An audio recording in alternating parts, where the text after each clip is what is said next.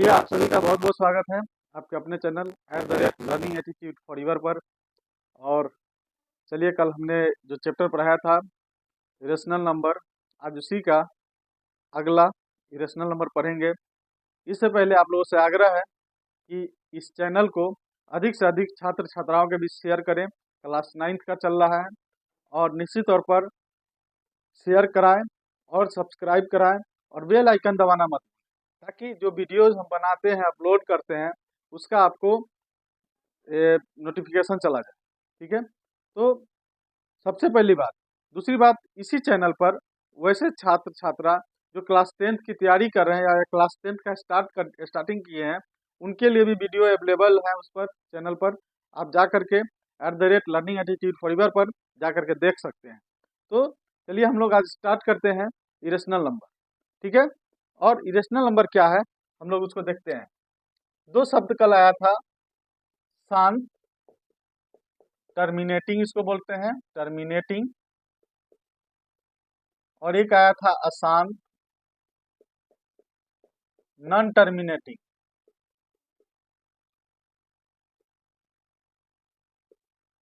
बात समझ में आ रहा है?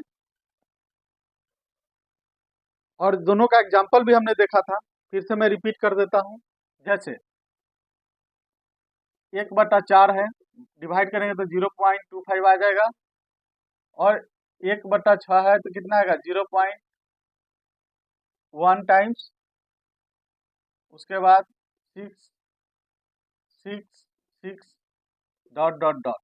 ये क्या हो गया? ये हो गया नॉन टर्मिनेटिंग, और ये क्या हो गया? टर्मिनेटिंग हो गया। इन बातों को याद रखेंगे और कुछ ऐसा मूल मंत्र देने वाला जो आपके आने वाले एनडीए के एग्जाम में, किसी भी कंपटीशन में वह चीज पूछेगा और पूछता है इस चैप्टर से। तो हम लोग देखते हैं आगे। इरेशनल नंबर, अपरिमेय संख्याएं। एक्चुअली होता क्या है अपरिमेय संख्याएं? Irrational number